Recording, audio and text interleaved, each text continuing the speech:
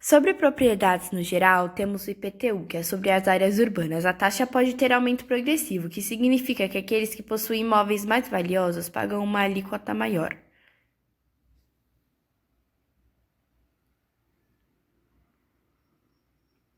E o ITR, que é sobre áreas rurais. A taxa é aplicada sobre propriedades rurais e pode ser progressiva conforme a área da propriedade. Isso significa que aqueles que possuem propriedades maiores pagam mais. Já no Japão, o imposto de registro é cobrado quando uma propriedade é registrada, numa taxa de 0,1 a 2% da base tributável ou do montante fixo. Todas as pessoas que possuem renda no Japão, independente da nacionalidade, estão sujeitas à lei de tributos. Impostos no Brasil sobre propriedades de carros, por exemplo, é um pouco diferente. Temos sim o IPVA, mas algumas pessoas não pagam IPVA, como pessoas com deficiência, aquelas que estacionam nas vagas com o símbolo de uma pessoa com cadeira de rodas, sabe? Essa pessoa também ganha desconto ao comprar alguns carros, claro, se a documentação estiver toda em dia.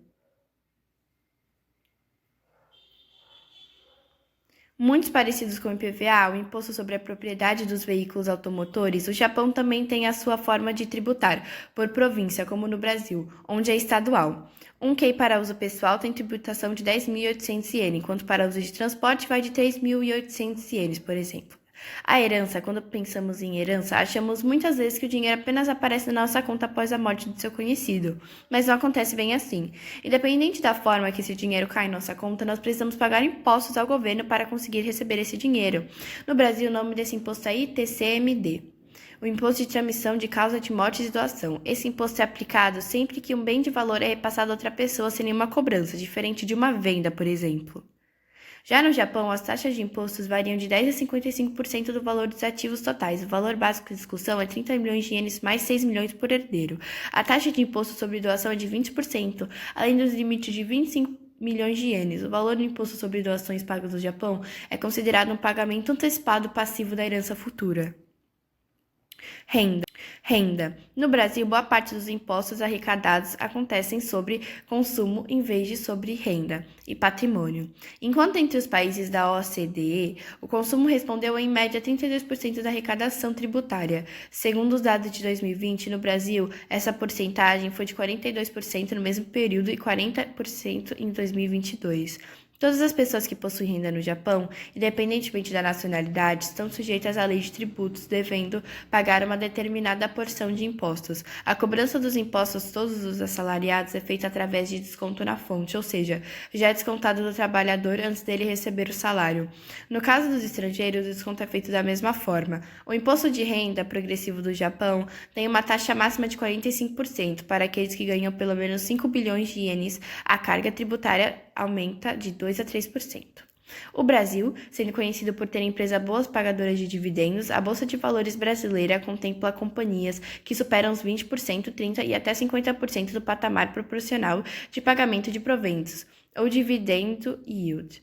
Segundo o artigo 202 da Lei 6.404, que regula esse tema, o Estatuto Social determinará a porção mínima dos lucros que devem ser distribuídos.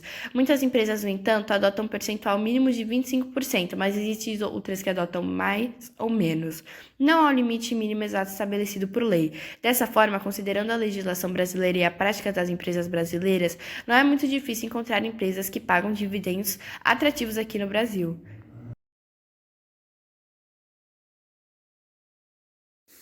Já no Japão, os dividendos são parte ou totalidade do lucro líquido e algum capital excedente de alguma companhia ou fundo imobiliário distribuídos aos sócios, acionistas ou cotistas. É a verdadeira renda passiva. Para receber dividendos, o investidor precisa adquirir participação societária em alguma empresa de capital aberto, que faça distribuição de dividendos. E a forma de ter participação societária é comprando ações, no caso de empresas, ou cotas, no caso de fundos imobiliários ou fundos de índices, que distribuem dividendos. No Japão, a boa parte dos fundos de índices distribui dividendos. Os dividendos no Japão são 15,30 se pago por uma empresa cotada a um não residente e 20,42% pago ao residente ou não residente. Juros de 0% pago a uma empresa residente. Brasil. O setor terciário é atualmente responsável por da metade do PIB e pela geração de 75% dos empregos, sendo o maior ramo da economia do país. Esse setor é composto pela venda de produtos e pela prestação de serviços. Atualmente, o setor terciário emprega mais de 70% da população brasileira. 98% dos estabelecimentos do setor terciário brasileiros são de micro e pequenas empresas, nas que essas empregam apenas 52% de todos os trabalhadores, contra 48% das médias e grandes marcas. Japão. O principal setor econômico do país é o terciário, voltado para as atividades de comércio e serviços, além do turismo. A economia japonesa com grandes empresas de serviço nas áreas de finanças, informática e tecnologias diversas.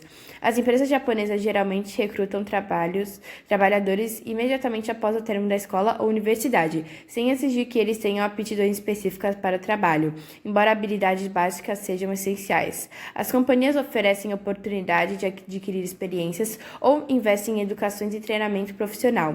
A média nacional é de 901 ienes por hora, o que equivale a 158 mil ienes por mês, 7 mil reais. Em comparação com o salário mínimo no Brasil, pode parecer muito, mas não podemos esquecer que o custo de vida no Japão é relativamente alto.